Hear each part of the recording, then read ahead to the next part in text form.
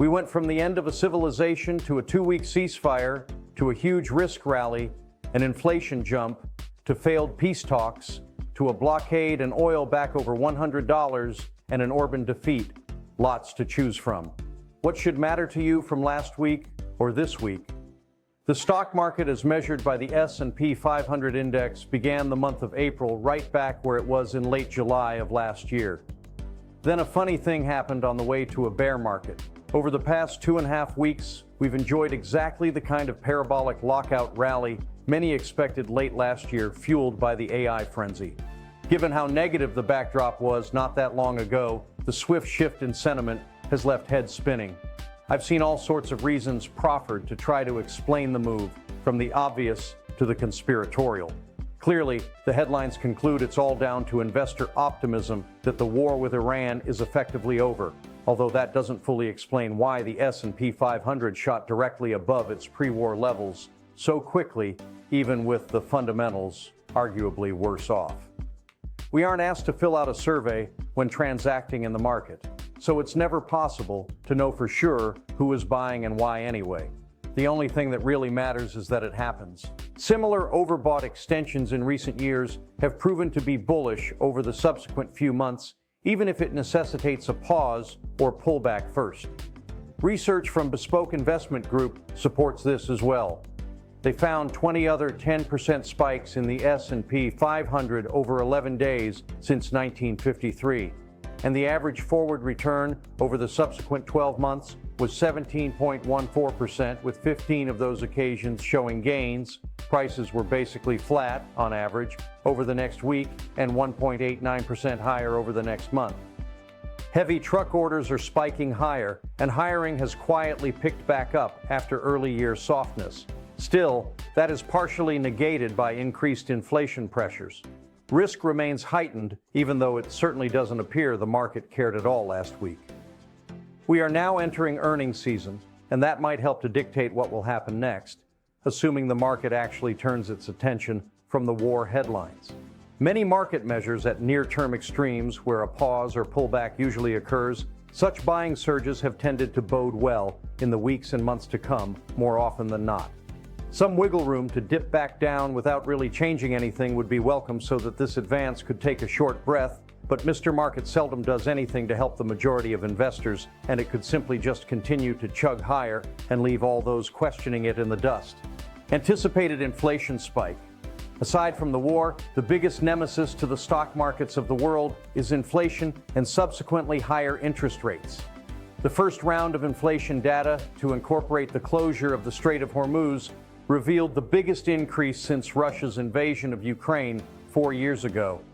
For specific categories, like gasoline, it was the largest monthly increase on record, with data going back to 1967. Economists, and probably anyone who had filled up a gas tank in the past month, anticipated the surge.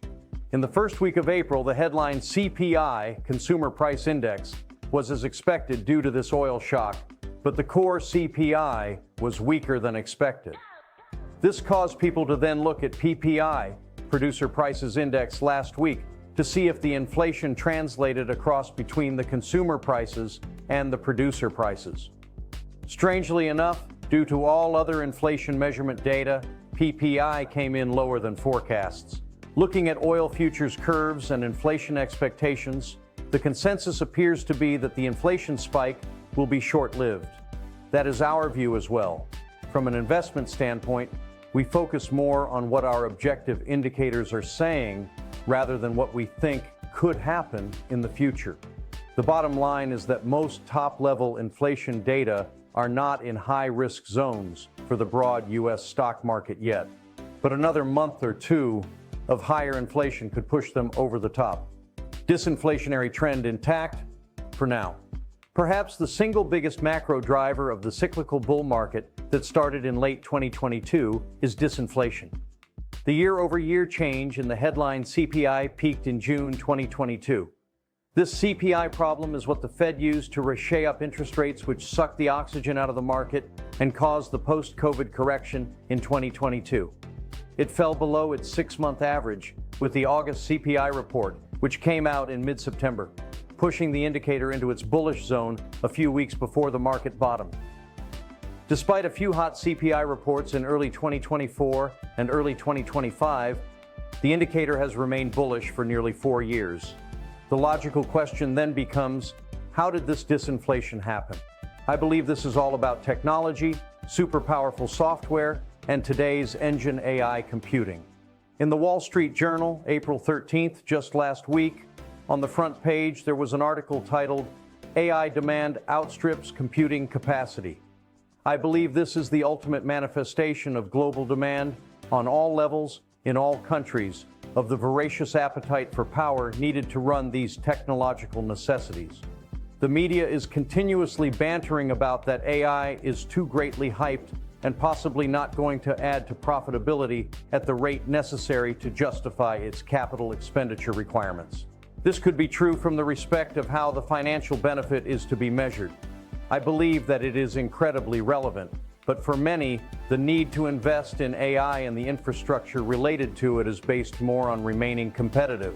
If a company doesn't embrace AI enhancements, it possibly becomes non-competitive and suffers maybe being passed up in its industry. But if measures of benefit come from top-line sales measurement, things could be measured wrong. Instead, such great productivity enhancement and margin expansion continues to evolve and grow, hence deflationary growth. If everything is great, what gives with consumer confidence measures? Thomas Lee of Fundstrat Direct made a video the evening of April 13th addressing the huge disconnect between consumer confidence and the underlying strength of the U.S. economy and the U.S. equity markets. The first point is the opinion on inflation. There is huge difference of opinion between Democrats and Republicans. This isn't a comment on party, but rather I need to make a point that almost 70% of respondents are Democrats, and they are forecasting very high inflation of 4.8%. And the Republican opinion is 1%. Hence, the skewed poll reflects a much higher number than is the case. The consumer confidence data is even more stark. In looking at this number, consumer confidence is at its worst measure ever in history. It is even worse than during recessions going all the way back to 1980. This makes one really question the validity of the study and the balance or equality of constituent voting on the measurement. Separating the party lines shows the stark differences in opinion. This could be why the underlying economy and market are doing as well as they are, and the public opinion polls are showing a direct opposite. And remember, the public opinion is even more greatly expanded in this negative direction by the fact that the media hates the current administration, President Trump, and everything he stands for. Tax day has come and gone. Many people were upset with the capital gains taxes they owed, particularly at a time when people are focused on something as unsavory as a war. But again, as Bespoke Group provided in their statistics, there have been 20 cases where there was a 10% spike in the S&P 500 over 11 days since 1953, and the average forward return over the subsequent 12 months was 17.14%. This one wasn't 11 days, it was 13, and what a 13 it has been. Could Mr. Market take a breath? Maybe. But do you want to be anywhere else when earnings are coming in good and forecasts are again setting the bar once again higher? If there is something that changes, we will be sure to let you know. But if you look back at the past couple of months of my musings, I have couched the market as more of a pause to refresh than the beginning of something really negative. This does not mean that I don't foresee some type of digestion in late summer going into midterm elections, but for the most part, stay long or be wrong. As always, please contact us if we may be of assistance.